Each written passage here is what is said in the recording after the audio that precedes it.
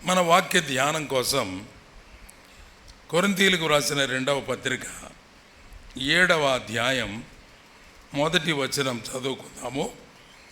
నేను ఒకసారి చదువుతాను, తర్వాత మనమందరం కలిసి చదువుదాం. ఒక వచనమే. 7వ అధ్యాయము 2వ కొరింథీ పత్రిక 7వ అధ్యాయం 1వ వచనం చూడండి. ప్రియులారా, మనకు ఈ వాగ్దానములు ఉన్నవి కనుక దేవుని భయముతో పరిశుద్ధతను సంపూర్తి చేసుకొనుచు శరీరమునకును ఆత్మకును కలిగిన సమస్త కల్మషము నుండి మనలను పవిత్రులుగా చేసుకొందము. బైబిల్ లేని వాళ్ళు కూడా నేను చెప్తా ఉంటాను, చదువు రాని వారు కూడా అందరూ ఈ మాట పలకండి. ప్రియులారా, మనకు ఈ వాగ్దానములు ఉన్నవి గనుక దేవుని భయముతో పరిశుద్ధతను సంపూర్తి చేసుకొనుచు శరీరమునకును ఆత్మకును కలిగిన సమస్త కల్మషము నుండి మనలను పవిత్రులుగా చేసుకొందము. చదవబడిన మాటలను ప్రభు మన వినికిడిలో దీవించునుగాక. ప్రభునందు ప్రియమైన సహోదర సహోదరులారా, అపోస్తలుడైన పౌలు కొరింథీయులకు వ్రాసిన ఈ పత్రికలో చాలా విశేషమైన సంగతులను చెప్తా ఉన్నాడు. 6వ అధ్యాయం 18వ వచనంలో దేవుని గురించినటువంటి విశేషమైన సంగతులు చెప్పాడు. మనము దేవుని ఆలయం అని చెప్పాడు. మనం ఎవరో? ఇప్పటి వరకు ఆరాధనలో పరలోకమందున్న దేవుని ఆలయమును గురించి విన్నాం. భూమి మీద మోషే భక్తుడు నిర్మించిన ప్రత్యక్షపు గుడారమును గురించి విన్నాం. దేవుడు అడిగాడు, నిర్గమాకాండ గ్రంథం 25వ అధ్యాయం 8వ వచనంలో ఆయన అడిగిన మాట ఏమిటంటే, మోషే, నేను ఈ ప్రజల మధ్యలో నివాసం చేయాలి, వారి మధ్యలో సంచారం చేయాలి. What a wonderful desire of God. ఈ ప్రజల మధ్య, నా ప్రజలు అని చెప్పబడుతున్న వీరి మధ్య నేను సంచారం చేయాలి, నేను నివాసము చేయాలి. దేవుడు ఆదాము హవ్వలను నిర్మించినప్పుడు ఏదేను తోట ఏర్పాటు చేసి సాయంత్రపు వేళ వారి సహవాసంలో సంచరించుచూ ఉండెను. చల్లబూట వారితో సహవాసము కలిగి ఉండెను, సంభాషణ కలిగి ఉండెను. ఈ మాటలు మనం అర్థం చేసుకోవాలా. వారితో ఉండడానికి దేవునికి ఇష్టం, వారితో సాహసించడానికి దేవునికి ఇష్టం, వారితో సంభాషించడానికి దేవునికి ఇష్టం. అలాగైతే దేవుని ప్రజలమైన మనతో దేవుడు నివసించాలని ఇష్టం, సంచరించాలని ఇష్టం. సంగముల మధ్య సంచరించువాడు. ఏడుంది మాట? ప్రకటన గ్రంథం 1వ అధ్యాయంలో ఆఖరు వచనాలలో సంగముల మధ్య సంచరించువాడు, దీపస్తంభముల మధ్య సంచరించువాడు, నక్షత్రములను కుడి చేత పట్టుకున్నవాడు చెప్పు సంగతులు అనే మాటలు మనం చూస్తాం. సో ఈయన తన ప్రజల మధ్య సంచారం చేయడానికి ఇష్టపడుతున్నాడు. తన ప్రజల మధ్య సంచారం చేస్తే మనం చేసే సంగతులన్నీ కనపడతాయి ఆయనకి. అంతేనా? అంతేగా? అందుకని 7 సంఘాల సంగతులను ప్రకటన గ్రంథం 2వ అధ్యాయంలో 3వ అధ్యాయంలో చాలా వివరంగా వాటిని గురించి మాట్లాడాడు. ఎవరు మాట్లాడుతున్నారు? ఎవరు మాట్లాడేది? ఫాలో అయితే మీరు చెప్తా ఉంటారు, సంచరించే దేవుడు. ఎవరు మాట్లాడుతుంది? ఎవరి గురించి చూసే దేవుడు కాదు, మన మధ్యలో సంచారం చేస్తాడు. దీపస్తంభముల మధ్య సంచరిస్తాడు, సంఘాలలో తిరుగుతాడు. సంఘంలో అంటే మందిరాల చుట్టూ కాదు, మనుషుల చుట్టూ తిరుగుతాడు. సాతానుడికి ఏం పని? ఈడు కూడా విశ్వాసుల చుట్టే తిరుగుతుంటాడు. ఈ విచిత్రమైన పోటీకి ఉంది ఇదే.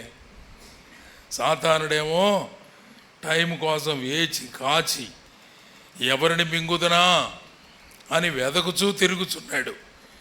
గర్జించే సింహంలాగా తిరుగుతున్నాడు. యేసుక్రీస్తు ప్రభువారు తన మెల్లని స్వరముతో చల్లటి వేళ నెమ్మదిగా ప్రశాంతంగా తన బిడ్డల మధ్య సంచరించడానికి ఆయన ఇష్టపడుతున్నాడు. ఈ మాటలు మనకు అర్థమవుతున్నాయా? అలాగైతే దేవుడు ఏమన్నాడు? ఇక్కడ కూడా 18వ వచనంలో చూడండి, 6వ అధ్యాయం 18వ వచనం కింద భాగంలో నేను మనము జీవము గల దేవుని ఆలయమై ఉన్నాము. అందుకు దేవుడు ఇలా చెప్తున్నాడు, ఏమని? నేను వారిలో నివసించి సంచరింతును. ఈ మాట నేను వారిలో నివసిస్తా, వారిలో సంచరిస్తా. ఈ 2 మాటలు గుర్తుపెట్టుకోవాలి మనం. దేవుడు నమ్ముకున్నామంటే దేవుడిని మందిరం కాడ వదిలిపెట్టి పోవడానికి లేదు. దేవుడు మనలో ఉన్నాడు. దేవుడు మనతో ఉంటాడు, సంచారం చేస్తాడు, నివాసం చేస్తాడు. So our God is a moving God. Is not stagnated anywhere. ఎక్కడ స్థిరంగా ఒకచోటే కూర్చొని ఉండి అవసరమైనప్పుడు మనం పోయి ఒక దండం పెట్టి అంత పలారం పెట్టి ఏదో చేసి రావటం కాదు. Is a moving God and he's living God. సజీవుడైన దేవుడు ఆయన. సంచారం చేస్తాడు, నివాసం చేస్తాడు. ఎంత గొప్ప సంగతి అది. అందుచేత మనం ఎటుపోతే అటు మన ఎమ్మడ కాసుకొని జాగ్రత్తగా ఉంటాడు. దావీదు ఊరకనే అన్నాడా, గొర్రెలు ఎటుపోతే అటు కాపరి పోతాడు. అవసరమైతే వాటిని మలుపుతాడు, వాటిని తిప్పుతాడు, నడిపిస్తాడు, దండిస్తాడు, క్రమమైన రీతిలోనికి వాటిని తీసుకొని వస్తాడు. యెహోవా నా కాపరి, యెహోవా నా కాపరి నన్ను నడిపిస్తాడు. పచ్చిక గల చోట్ల ఆయన నన్ను పరుండ చేస్తాడు. ఇంకెటు తిరగనీడు, కాము పడుకోమంటాడు. ఎక్కడా? పచ్చికున్న స్థలములలో శాంతికరమైన జలముల యొద్దకు నడిపిస్తాడు. Is a moving God. ఆయన కదిలే దేవుడు, ఆయన సంచారం చేసే దేవుడు, ఆయన నివాసం చేసే దేవుడు. అందుచేత ఈ దేవుడు మనకు ఒక ప్రత్యేకమైన మాట చెప్తున్నాడు. ఏమంటున్నాడు? పౌలు భక్తుడు చెప్తున్నాడు. దేవుడు ఏమన్నాడు? దేవుని భయముతో 7వ అధ్యాయం 1వ వచనం.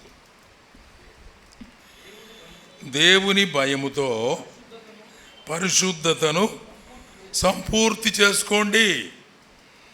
దేవుడు మనకు పరిశుద్ధత ఇచ్చాడు. దేవుడు మనలను పరిశుద్ధులుగా చేశాడు. దేవుడు మనలను పరిశుద్ధులని పిలిచాడు. ఇప్పుడు ఏమంటున్నాడు? మీ పరిశుద్ధతను సంపూర్తి చేసుకోండి. రోజు రోజు తరిగిపోతుంది, సంపూర్తి చేయండి.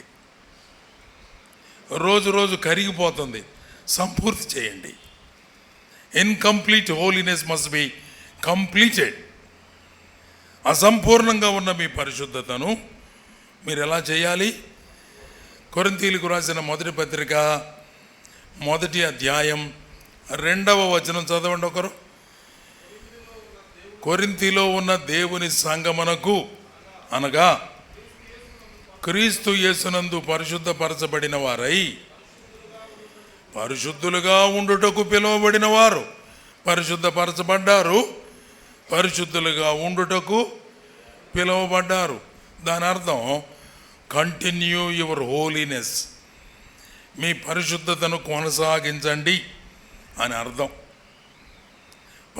శుభ్రంగా ఉండండి అన్నారు అనుకోండి, మీ చేతులు శుభ్రంగా ఉంచుకోండి అన్నాం అనుకోండి. నేను నమ్మకంగా ఈ బల్ల మీద చేయి పెట్టా, ఈ బల్ల మీద దుమ్ము ఉంది అనుకోండి, ఇప్పుడు లేదులే, చాలా ఫ్రెష్గా ఉంది, నీట్గా శుభ్రం చేశారు. ఒకవేళ ఈ బల్ల మీద దుమ్ము ఉంటే ఖచ్చితంగా అనుకోకుండా నా చేతులకి అంటుకుంటుంది. శుభ్రంగా ఉండండి అంటే అర్థమేమి? ఈ మట్టి అయితే ఈ దుమ్ము అయితే నేను వెంటనే ఏం చేయాలా? నేను వెంటనే కడగాల, నీళ్లు పెట్టి కడగాల, ఉదకము చేత శుద్ధి చేయాల. ఉదకం అంటే దేవుని వాక్యం. దేవుని వాక్యం అనే నీటి ద్వారా మనలను మనం శుద్ధి చేసుకుంటే పరిశుద్ధపరచబడ్డట్టు, పవిత్రం చేసుకున్నట్టు. అందుచేత మీ పరిశుద్ధతను సంపూర్ణము చేయండి అన్నాడు. ఆలోచనలో చెడ్డ ఆలోచనలు వస్తాయి, మన తలంపుల్లో చెడ్డ తలంపులు వస్తాయి, మన మాటల్లో చెడ్డ మాటలు దొర్లుతాయి, మన క్రియలలో చెడ్డ పనులు చేస్తాం. తలంపుల ద్వారా, మాటల ద్వారా, క్రియల ద్వారా, చూపుల ద్వారా, వినడం ద్వారా, ఇలాంటివన్నీ మన జ్ఞానేంద్రియాలు 5. మన జ్ఞానేంద్రియాలు 5 ఏమేమిటి అయ్యి? చూపు, వినికిడి, స్పర్శ, రుచి, ఇంకా మాట, రుచి 2 ఒకటేది, వాసన 5 అయినాయా? ఈ 5 జ్ఞానేంద్రియాల ద్వారా మనం ఏదైనా రిసీవ్ చేసుకోగలం, ఏదైనా స్వీకరించగలం. వీటి ద్వారానే మనం ఏదైనా ఇతరులకు అందించగలం, ఇతరులకు తెలియజేయగలం.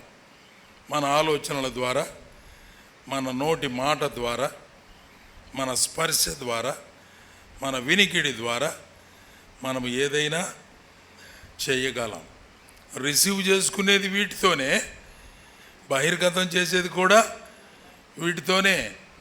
అందుచేత మనం ఏం రిసీవ్ చేసుకుంటున్నామో, ఏం బయటికి పంపుతున్నామో ఈ విషయాల్లో జాగ్రత్తగా ఉండాలి. మనం మంచిని స్వీకరిస్తే మంచి ఇవ్వగలము, పరిశుద్ధతను స్వీకరిస్తే పరిశుద్ధత పంచగలము, చెడ్డ విషయాలు స్వీకరిస్తే చెడ్డ విషయాలు పంచగలము. What you receive is important.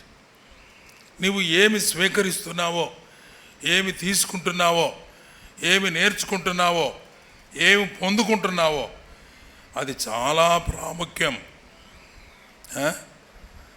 ఆరాధన చేసేటప్పుడు మీరు గమనిస్తున్నారో వింటున్నారో లేదో నాకు తెలియదు, కానీ ఆరాధన నంగులోని చిన్నప్పుడు మేము నిద్రపోయేవాళ్ళం. ఆరాధన నంగులమ్మ రెస్ట్ టైం ఇది అనుకొని మోకరించి కళ్ళు మూసుకొని నిద్రపోయేవాళ్ళం. సరే, ఇప్పుడు మోకరించకుండా కుర్చీల్లో కూర్చొని నిద్రపోతున్నారు. ఇప్పుడు మోకరించే పని కూడా లేకుండా, భారం కూడా లేకుండా నిద్రపోయే వాళ్ళందరూ ఎట్టిపోతున్నారు? కుర్చీల్లోనే ఆగి కూర్చొని ఆమె అనగులు ఆమె దేనికో, దేనికి ఆమెనో, వాళ్ళు ఏమన్నారో మనం ఏం వినలా, ఏం వినకుండానే ఊరికనే ఆమెను అంటాం. విని కదా ఆమెను చెప్పాలి. ఏమి స్తోత్రం చెల్లించారు, దేవుని నామాన్ని ఎలా హెచ్చించారు, ఆయన ఔన్నత్యాన్ని ఎలా కొనియాడారు, ఎలా పొగిడారు, ఏ గొప్పతనాన్ని, ఏ వివరాన్ని తెలియజేశారు అనేది విని హృదయమార మనం ఆమెను చెప్పవలసి ఉంది. ప్రియమైన వారలారా, గమనించండి ఈ మాట శ్రద్ధగా. అందుకని దేవుడు అంటున్నాడు, మీరు పరిశుద్ధతలో సంపూర్ణులు కావాలి. ఎఫెసీ పత్రికలో కూడా చూడండి, ఎఫెసీలకు రాసినటువంటి పత్రిక, పౌలు భక్తుడు ఎఫెసీ సంఘానికి కూడా వ్రాస్తూ 13వ వచనం 4వ అధ్యాయం, ఎఫెసీ పత్రిక 4వ అధ్యాయం 13వ వచనములు అన్నాడు, పరిశుద్ధులు సంపూర్ణులు ఒకనట్లు అన్నాడు. చాలే, ఇంకా మనకు కావాల్సింది ఒక మాటే. పరిశుద్ధులు ఏం కావాలా? సంపూర్ణులు కావాలా. భూమి మీద మనం నివసించినంత కాలం మనం అసంపూర్ణులమే. చెప్పండి, భూమి మీద మనం జీవించినంత కాలం మనం ఎవరో అసంపూర్ణులమే. సంపూర్ణం కావాలా. ఈ శరీరం మన దగ్గర ఉన్నంతసేపు మనం అసంపూర్ణులమే. శరీరం లేకుండా పోయిన రోజు సంపూర్ణులమవుతాము. అంటే ఎప్పుడు శరీరం లేకుండా పోయిందంటే మనము ఈ శరీరాన్ని విడిచిపెడితే,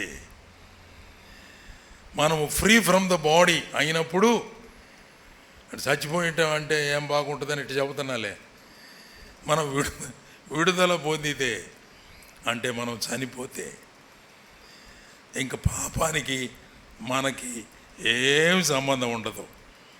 పాపం మీద ఉందంటే శరీరం ద్వారానే, చూపుల, తలంపుల, మాటల, వినడమా, స్పర్శ, ఏదన్నా కానీ, పాపం ఏదన్నా కానీ శరీరము ద్వారా మాత్రమే. ఆత్మ ద్వారా పాపం ఉండదు. కానీ ఇక్కడ మాత్రం రాశాడు, మీ ఆత్మ కూడా మీ శరీరాన్ని బట్టి కల్మషమైపోతుంది. మీ ఆత్మ కూడా శరీరాన్ని బట్టి ఏమవుతుంది? కల్మషమవుతుంది.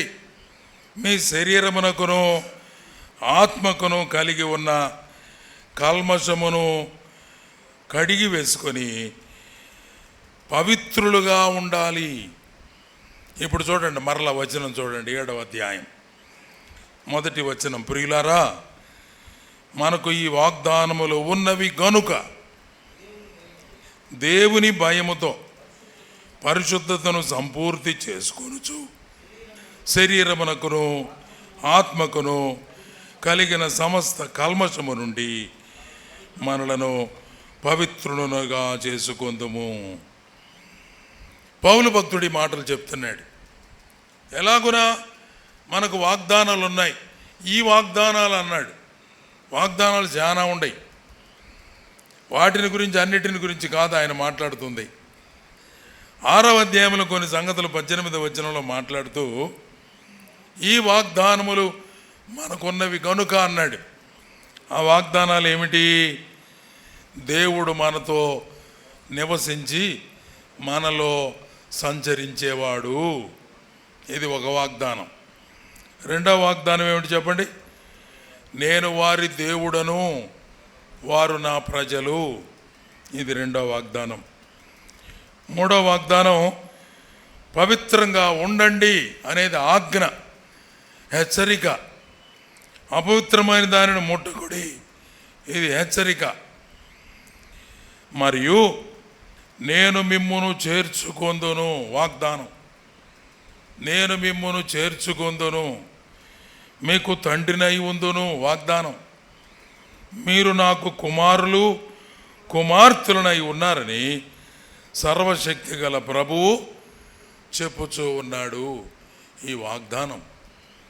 దేవుడు మనకు వాగ్దానములు ఇచ్చాడు, 2 హెచ్చరికలు కూడా ఇచ్చాడు. వాగ్దానములతో పాటుగా ఏమిచ్చాడు? హెచ్చరికలు ఇచ్చాడు. ఒక గాజు గ్లాసు, మంచి బొమ్మ లాంటిది, అందమైనది, ఖరీదైంది. పిల్లోళ్ళ చేతుల్లో పెడుతూ ఎంత బ్యూటిఫుల్గా ఉందిరా, ఇది బాగుంది కదా, కింద పడేసావు, పగిలి ముక్కలైపోద్ది. కింద పడేస్తే ఏమైంది? దేనికి పనికిరాదు, ముక్కలైపోద్ది, పాడైపోద్ది. హ్యాండిల్ ఇట్ వెరీ కేర్ఫుల్లీ, చాలా జాగ్రత్తగా దీన్ని పట్టుకోవాలి అని చెప్తారు. అలాగే దేవుడు వాగ్దానములు చెబుతూ మనకు 2 హెచ్చరికలు చెప్పాడు. ఏమన్నాడు? ప్రజల మధ్యలో నుండి మీరు బయలు వెడలి ప్రత్యేకంగా ఉండండి. లోకములో నుండి, అన్యజనులలో నుండి, వారి విధానాలలో నుండి మీరు ప్రత్యేకంగా ఉండాలి, వేరుగా ఉండాలి. అంత మాత్రమే కాకుండా అపవిత్రమైన దానిని ముట్టవద్దు. ముడితే కల్మషమైపోతారు. అపవిత్రమైన దాన్ని ముడితే అపవిత్రులైపోతారు. పాత నిబంధన లేవియాకాండ గ్రంథంలో వీళ్ళు అపవిత్రులు ఎలా అవుతారో చాలా సంగతులు చెప్పాడు, లిస్టు. అన్యజనులతో మీరు సహవాసములో ఉండవద్దు, అపవిత్రమైనది ముట్టవద్దు, మీరు కూడా అపవిత్రులైపోతారు. కానీ మనం దేవుని బిడ్డలంగా చేయాల్సిన పని ఏమిటి అని అంటే, మన పరిశుద్ధత సంపూర్ణం చేసుకోవాలి. చెప్పండి, అందరూ చెప్పండి ఒకసారి, మన పరిశుద్ధత సంపూర్ణము చేసుకోవాలి. దేని ద్వారా? లోకంలో ఉన్న అలవాట్లు, లోకంలో ఉన్న ఆచారాలు, లోక పద్ధతులు, లోకానికి సంబంధించినవి కానీ మనం కూడా చేయడం మొదలు పెడితే మనం అపిత్రులం అయిపోతాం. చాలాసార్లు మనకు అర్థమే కాదు, మనం అవి చేస్తున్నామో ఇవి చేస్తున్నామో తెలియట్లా, కలిసిపోయినాయి, మిళితమైపోయినాయి. అదేదో అంటుంటారు, సంఘంలోనికి లోకం వచ్చేసిందని. సంఘంలోనికి ఏం వచ్చేస్తుంది? లోకంలో సంఘం ఉన్నమాట నిజమే, కానీ సంఘములోనికి లోకం రాకూడదు. పడవ ఉండేది ఆడ, పడవ నీళ్ళల్లోనే ఉండేది, కానీ పడవలోకి నీళ్లు రాకూడదు. పడవలోకి నీళ్ళు వస్తే ఏమవుతుంది? మునిగిపోద్ది. సంఘంలోనికి లోకం వస్తే ఏమైంది? అపవిత్రమైపోతాం, దేవునికి దూరస్థులం అయిపోతాం, లోకంలో మునిగిపోతాం. ఏం ఉపయోగం ఉండదు దానివలన.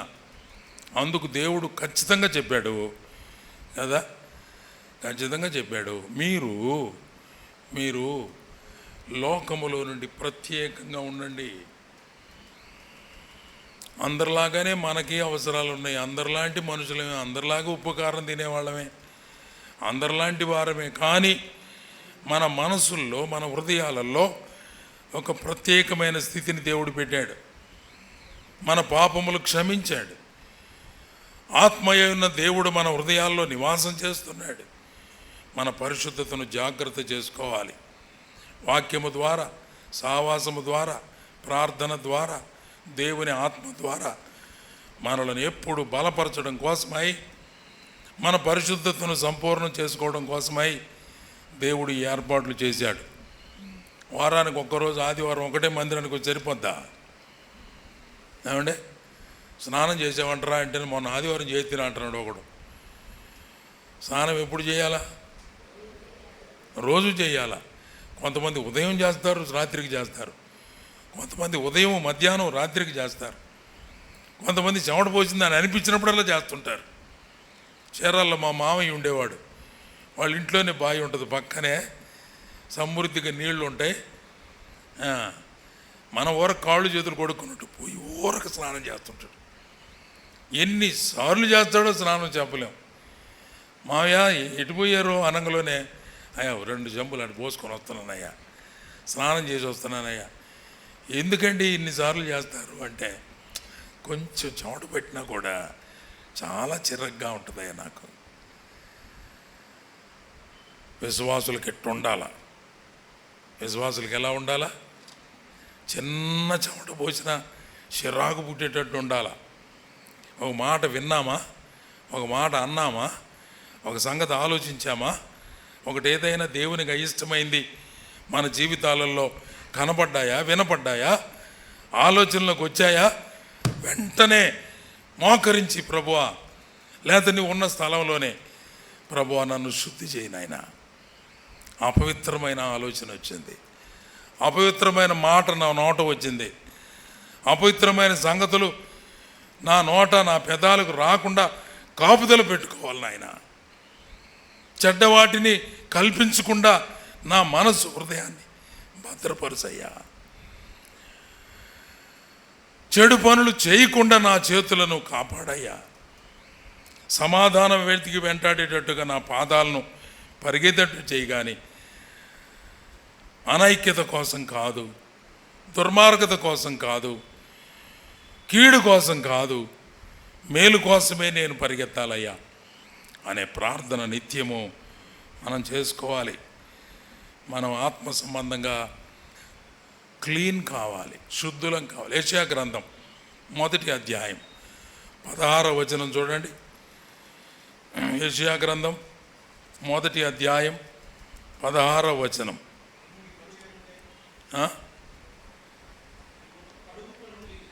1:16. మిమ్మల్ని మీరు కడుగుకొనుడి, శుద్ధి చేసుకోనండి, మీ దుష్క్రియలు నాకు కనబడకుండా వాటిని తొలగింపుడి, కీడు చేయుట మానుడి, మేలు చేయ నేర్చుకొనుడి. 16వ వచనం మళ్ళా చదువుతున్నా. మిమ్మను కడుగుకొనుడి. ఎందుకు? 15వ వచనంలో, మీరు మీ చేతులు చాపునప్పుడు మిమ్మల్ని చూడక నా కన్నులు కప్పుకొందును. మీరు బహుగా ప్రార్థన చేసినా నేను వినను.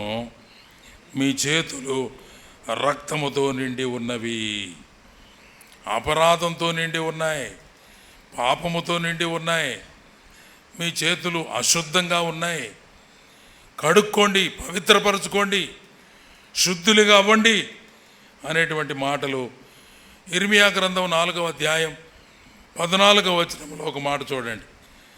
ఇర్మియా గ్రంథం 4వ అధ్యాయం వచనము 14. యెరూషలేమా, నీవు రక్షించబడినట్లుగా నీ హృదయములో నుండి నీ చెడుతనమును కడిగి వేసుకొనుము.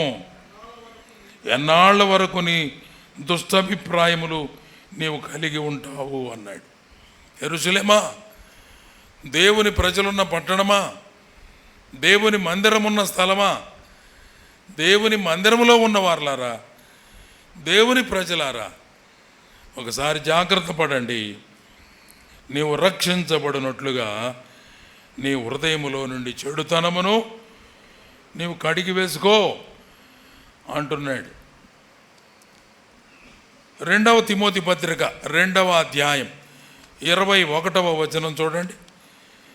2వ తిమోతి పత్రిక 2వ అధ్యాయం 21వ వచనం. ఎవడైనా వీటిలో చేరక తను తాను పవిత్రపరచుకొనని ఎడల, పవిత్రపరచుకొనిన ఎడల, కొనని కాదు, కొనిన ఎడల, వాడు పరిశుద్ధపరచబడి యజమానుడు వాడుకొనుటకు అర్హమై ప్రతి సత్కార్యమునకు సిద్ధపరచబడి ఘనత నిమిత్తమైన పాత్రగా వాడు ఉండును. తనకు తాను పవిత్రం చేసుకోవలసిన బాధ్యత, అవసరత ప్రతి విశ్వాసికి ఉన్నది.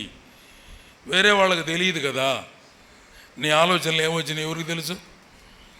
నా ఆలోచనలో ఏమి దేవునికి విరోధమైన ఆలోచన వచ్చింది ఎవరికి తెలుసు? నేను చేసిన మాటలు, మాట్లాడిన మాటలు, తలంపులు దేవునికి నీకు మాత్రమే తెలుసు. అందుకే తనకు తానుగా ఆరాధన సమయంలో, అందుకే ఈ మాట కొన్ని సంఘాలలో ప్రతి వారం చదువుతారు ఈ మాట. తన్ను తాను పరీక్ష చేసుకొని ఆ తర్వాత దీనిని చేయవలనో అని చెబుతారు. ఆ మాట చెబుతారు. తన్ను తాను పరీక్ష చేసుకోవాలి, అప్పుడు ఆరాధన చేయాలి. ఈ హెచ్చరిక మాట ఆరాధన సమయాలలో ఖచ్చితంగా చదువుతారు కొన్ని సంఘాలలో. అలాగే ఇక్కడ కూడా పవిత్రం చేసుకోవడం కూడా ఎలాంటి సమస్య ఇది అంటే వ్యక్తిగతమైనది. తనకు తాను పరీక్ష చేసుకోవలసిన అవసరత, ఆవశ్యకత ఉంది. యాకోబు పత్రిక 4వ అధ్యాయం 8వ వచనం. యాకోబు పత్రిక 4వ అధ్యాయం 8వ వచనం. దేవుని యొద్దకు రండి, అప్పుడు ఆయన మీ యొద్దకు వచ్చును. పాపులారా, మీ చేతులు శుభ్రము చేసుకొనుడి. దిమనస్కులారా, మీ హృదయములను పరిశుద్ధపరచుకొనుడి. యాకోబు భక్తుడు తన పత్రికలో ఎంత స్పష్టంగా చెబుతున్నాడండి ఈ మాట. దేవుని ప్రజల కొరకు, దేవుని పరిశుద్ధులైన వారి కొరకు రాసిన పత్రిక ఇది. పత్రికలన్నీ కూడా ఎవరికి రాసిన పత్రికలండి? భక్తకోటికి రాసిన పత్రికలే. ఆయన ఏమని పలకరించాడు? పాపులారా అన్నాడు. ఏం మాట మాట? దుర్మార్గులారా అంటాడు, ఒక్కోసారి ద్రోహులారా అంటాడు. ఈ మాటలన్నీ కోపం వచ్చినప్పుడు అలా అంటుంటాడు అనమాట మనల్ని. తల్లిదండ్రులు కూడా పిల్లల్ని అంటుంటారు అప్పుడప్పుడు ఈ మాటలు. మరి దుర్మార్గుడు ఏంద్రని చేసే పనే అని అంటుంటారు. వాస్తవానికి కుమారుడు తన క్రియను బట్టి ఆ మాట అనాల్సి వస్తుంది. అందుచేత పాపులారా, మీ చేతులు శుభ్రం చేసుకొనుడి. ద్విమనస్కులారా అంటే 2 మనసులు ఉన్నవారులారా, మీ హృదయాలు పరిశుద్ధపరచుకోండి. హృదయాలు జాగ్రత్త, పరిశుద్ధపరచుకోండి అన్నాడు. రైట్. ఆఖరిగా ఒక మాట, 1 యోహాను పత్రిక 3:3. యోహాను మొదటి పత్రిక 3వ అధ్యాయం 3వ వచనం. ఆయన యందు ఈ నిరీక్షణ పెట్టుకున్న ప్రతివాడు ఆయన పవిత్రుడై ఉన్నట్టుగా తనను పవిత్రము చేసుకొనును. ఆయన మీద నిరీక్షణ పెట్టుకొని ప్రభు వస్తే కలుసుకుంటాం, ప్రభు వస్తే నేను ఎదురుపడతా, ప్రభు రెండవసారి ప్రత్యక్షమైనప్పుడు నేను ఆయన కలుసుకోబోతున్నా అని ఎవరైతే ఆలోచన చేస్తారో అటువంటి వారు తమ జీవితంలో తమ ప్రవర్తన ఎలా ఉంచుకుంటారు? ఈ నిరీక్షణ పెట్టుకునే వాడు. ఆ నిరీక్షణ ఏంటంటే పైన 2వ వచనమే. నిరీక్షణ ఏమిటంటే పైన 2వ వచనం ఏమనుంది? ఇందాక పాపులారా అన్నాడు, ఇప్పుడు యోహాను ఏమంటున్నాడు? ప్రియులారా. ఎందుకు ప్రియులు? పవిత్రమైన రక్తము చేత కడగబడిన దేవుని పిల్లలారా అని అర్థం. ప్రియమైన వారులారా, ఇప్పుడు మనము దేవుని పిల్లలమై ఉన్నాము. మనం ఇక ఏమవుదామో అది ఇంకా ప్రత్యక్షపరచబడలేదు, కానీ ఆయన ప్రత్యక్షమైనప్పుడు ఆయన ఉన్నట్టుగానే ఆయనను చూతుము, ఆయనను పోలి ఉంటాం మనం కూడా. గనుక మనము ఆయనను పోలి ఉందుము. ఈ నిరీక్షణ గలవాడి ఉడైనా. ఈ 2వ వచనంలో చెప్పబడిన నిరీక్షణ కలిగిన వారు ఎవరైనా సరే ఏం చేయాలంట? ఆయన పవిత్రుడై ఉన్నట్టుగా మనము కూడా పవిత్రులంగా ఉండాలి. ఈ ఒక్క వచనంలో ఎన్ని సంగతులు ఉన్నాయో, ఇంకా ఎన్ని సంగతులు ఉన్నాయి. దేవుని భయం ఉంది, శుద్ధి చేసుకునే ప్రాసెస్ ఉంది కదా, పవిత్రమైన జీవితాన్ని ఎలా జీవించాలో అన్నటువంటి అంశాలు ఉన్నాయి. 7వ అధ్యాయం 1వ వచనంలోనే ఎన్ని సంగతులు దాచిపెట్టబడి ఉన్నాయో వాటన్నిటిని మనం ధ్యానం చేసుకోవాలి. ఓకేనా? So our main mission on this earth to be holy, to perfect our holiness. ఈ భూమి మీద మనకు దేవుడు అనుగ్రహించినటువంటి ముఖ్యమైన బాధ్యత ఏమిటి అని అంటే, పరిశుద్ధపరచబడిన వారం మనం, అనుమానం లేదు.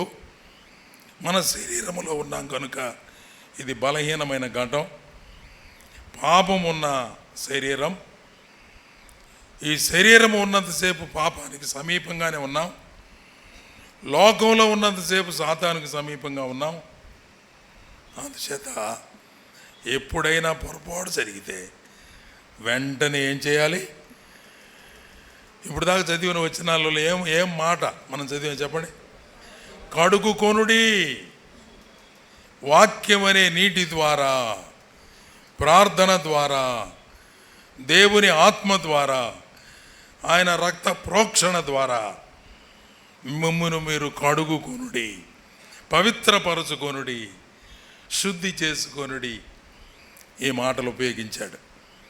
This is God's warning. ఇది దేవుని హెచ్చరిక కూడా. మన జీవితాలు ఎలా ఉండాలి అనేటువంటి అంశాన్ని జాగ్రత్త చేసుకోవడం కోసమై ప్రభు మనకు తెలియజేసిన హెచ్చరిక. మన దైనందిన జీవితంలో, అనుదిన జీవితంలో చాలా కేర్ఫుల్గా మనం నడుచుకోవాలి అని దేవుడి మాటల ద్వారా మనకు తెలియజేస్తూ ఉండగా వాక్యాన్ని అనుసరించి మనం సాగిపోదాం. మన జీవితాల్లో జాగ్రత్త కలిగి ఉందాం, భద్రత కలిగి ఉందాం. తనకు తాను పవిత్రుడిగా చేసుకోవాలా. నీకే అప్పచెప్పాడు. మగ్గులో ఒక నీళ్ళు ఇచ్చి, మగ్గు నిండా నీళ్ళు ఇచ్చి శుభ్రం చేసుకో అన్నాడంటే ఆ నీళ్లు నువ్వే పోసుకొని జాగ్రత్తగా శుద్ధి చేసుకోవాలి. ఒకళ్ళు ఒక బేషన్లు నీళ్ళు తెచ్చి మిమ్మల్ని అడగమని కాదు. పేతురు అన్నట్టు, అయ్యా మొత్తం గడుగయ్యా నన్ను అన్నట్టు. పేతురు అన్నాడు కదా, ఏడా ఏ అధ్యాయంలో? యోహాను సువార్త 13వ అధ్యాయం, ఇవి చూడొద్దులే. యోహాను సువార్త 13వ అధ్యాయంలో ఆయన పాదాలు కడుగుతానికి వచ్చినప్పుడు, అయ్యా నా తల మొదలుకొని మొత్తం ఒళ్ళంతా కడుగయ్యా అన్నాడు. ఒరే నాయన, నేను కాళ్ళు కడుగుతా, మీ నడత కడుగుతా, మీ ప్రవర్తన కడుగుతా. మీరు ఒకసారి స్నానం చేశారు, ప్రభువుని నమ్మారు మీరు. మరలా ఒకడు స్నానం చేసిన వాడు మరలా స్నానం చేయాల్సిన అవసరం లేదు, మీ పాదములు కడిగితే చాలు అని ప్రభు అన్నట్టుగా మనము నిత్యము ఆలోచనలో పొరపాటు జరిగిందా, ఆలోచనలు కడగాల. మాటల్లో పొరపాటు జరిగిందా, మాటలు కడగాల. నా నోరు, నా పెదవులు, నా హృదయం నీ ఎదుట జాగ్రత్తగా ఉండునట్లుగా సాయం చేయ ప్రభు అని మనం నిత్యము ప్రార్థన చేయాలి.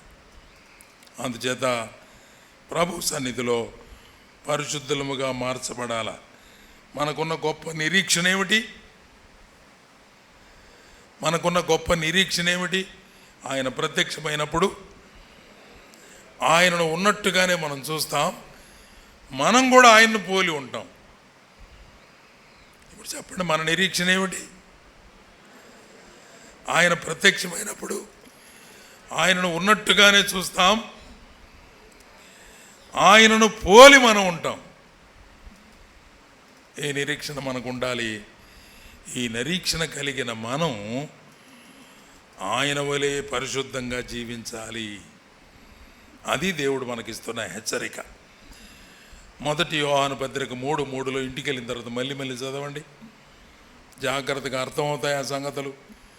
ప్రభు అలాగూ మనకు సహాయం చేయను గాక. చిన్న ప్రార్థన.